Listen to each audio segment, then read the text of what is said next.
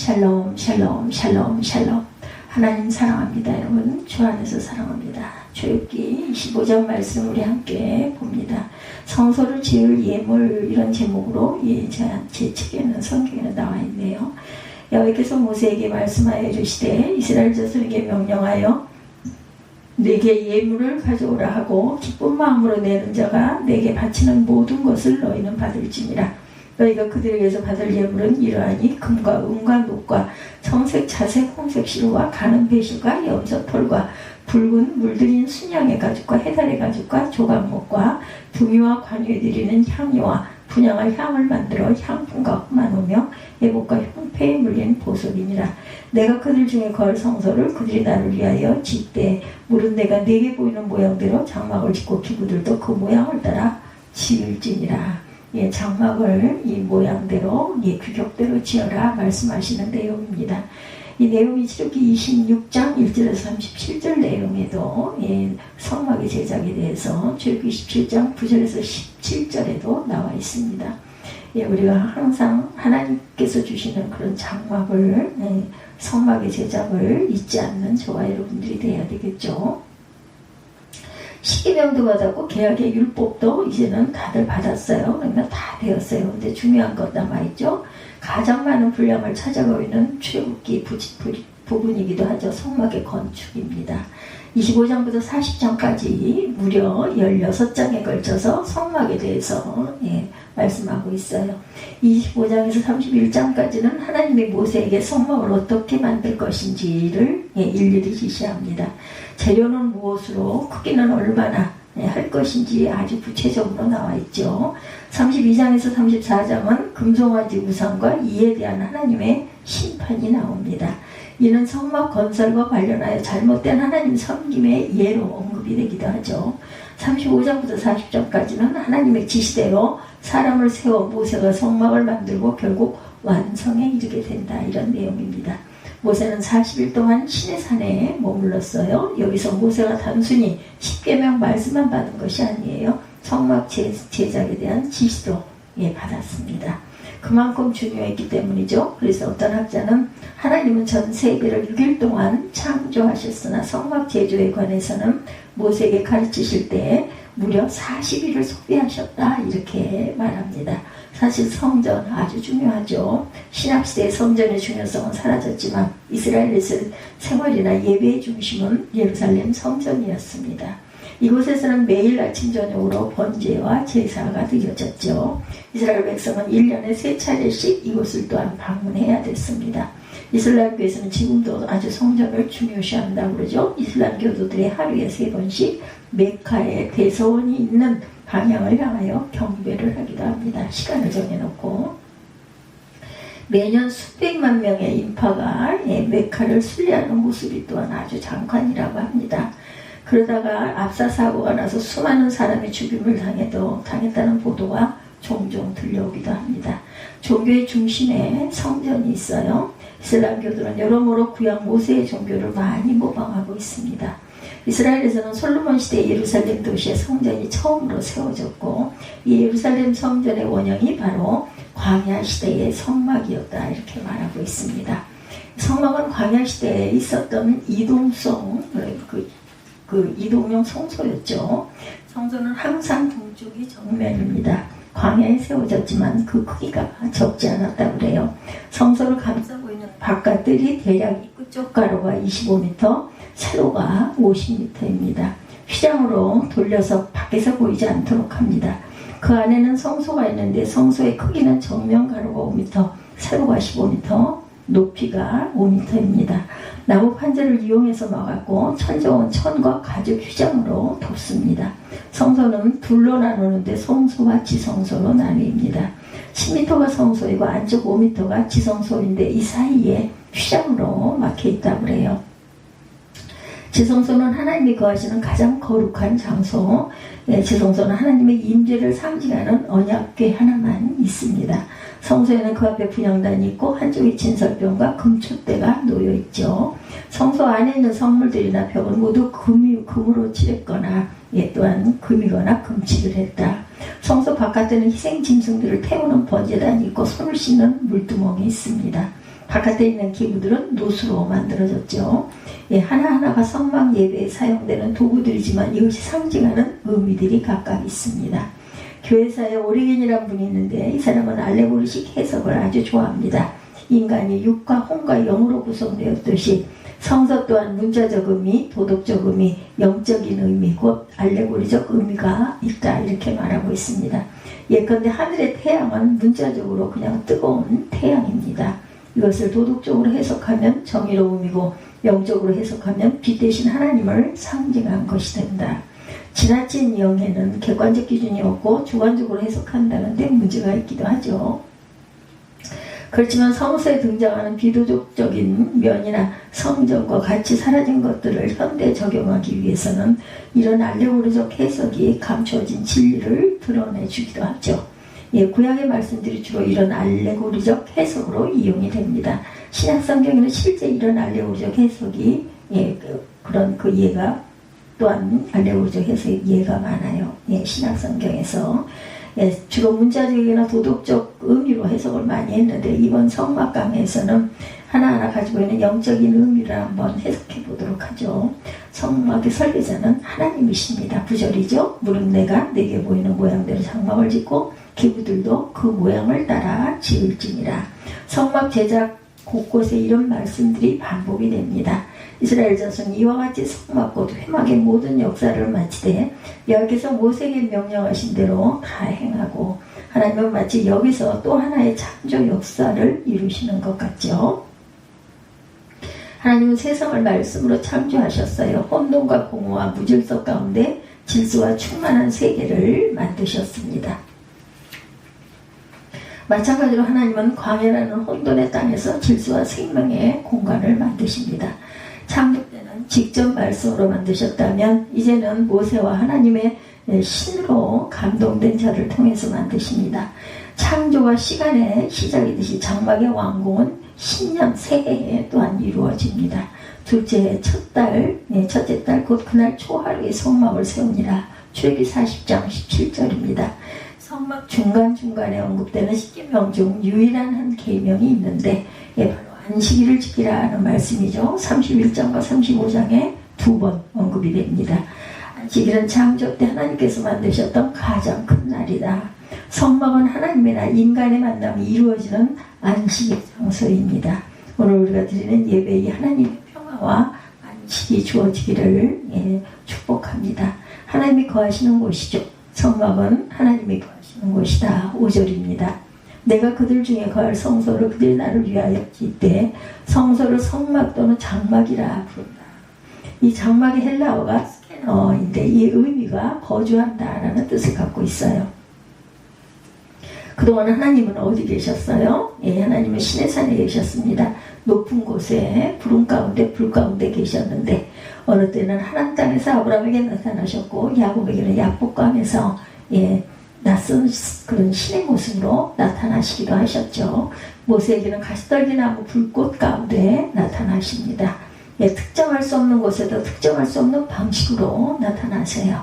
그런데 이제는 하나님께서 자신의 거처를 좁은 장막의 자리를 잡으십니다. 그 의미는 이제는 하나님의 인간들과 함께 하시겠다라는 뜻을 갖고 있습니다.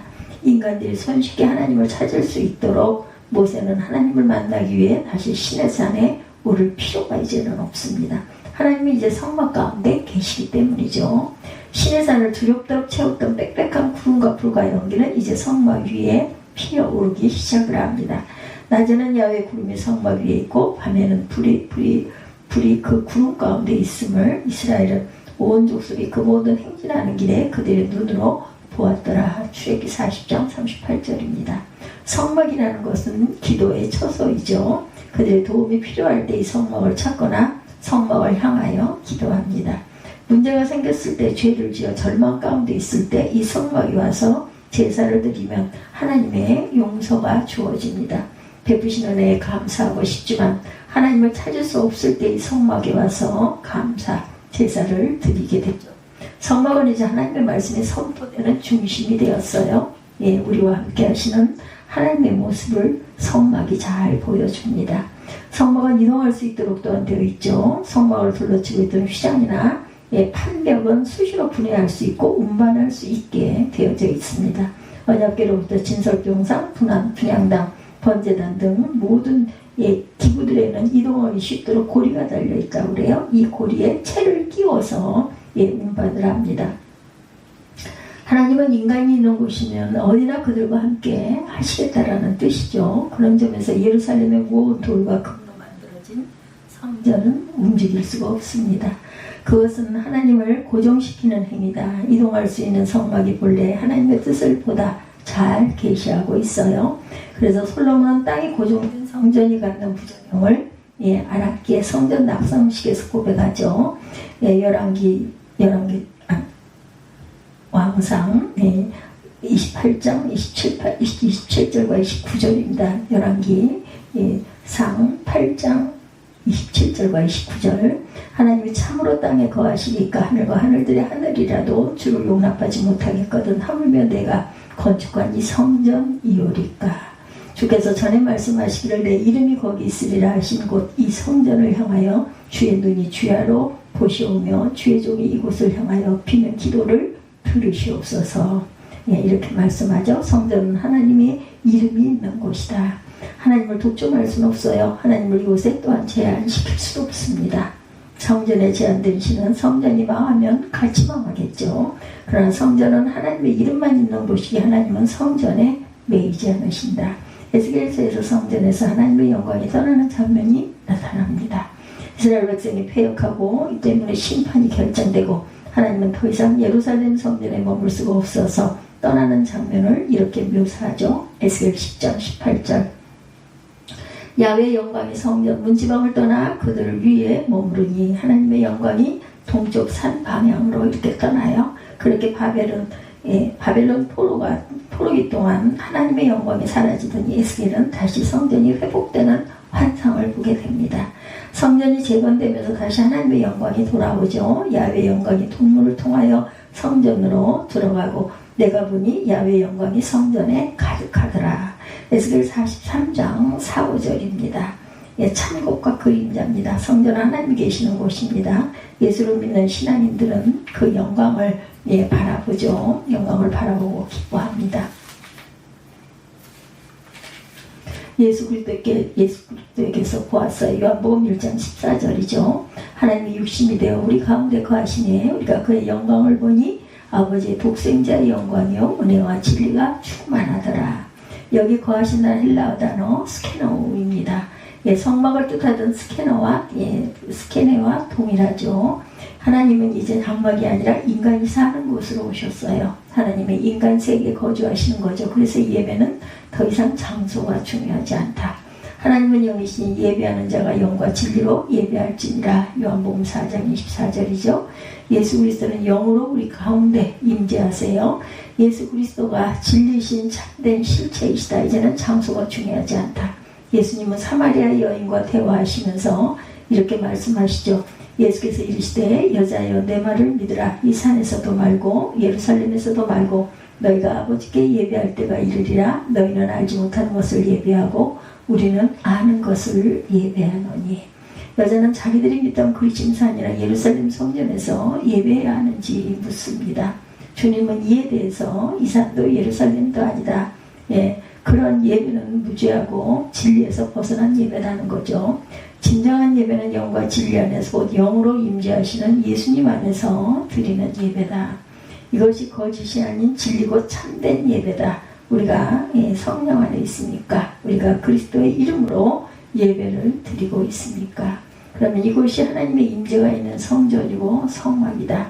교회 건물이 성전이 아니죠. 그곳은 한낱 모임의 장소일 뿐입니다. 아무리 화려한 건물일지라도 그곳에 진리 되신 그리스도가 없으면 돌덩어리에 불과하죠. 우리는 참된 것을 예배하고 있는지 아니면 그림자를 예배하고 있는지. 히브리서가 말씀합니다. 8장 5절에 그들이 섬기는 것은 하늘에 있는 것의 모형과 그림자라. 모세가 장막을 지르려 할 때에 지시하심을 어둠과 같으니 이르시되 산과 모든 것을 산에서 내게 보이던 본을 따라 지으라 하셨느니라.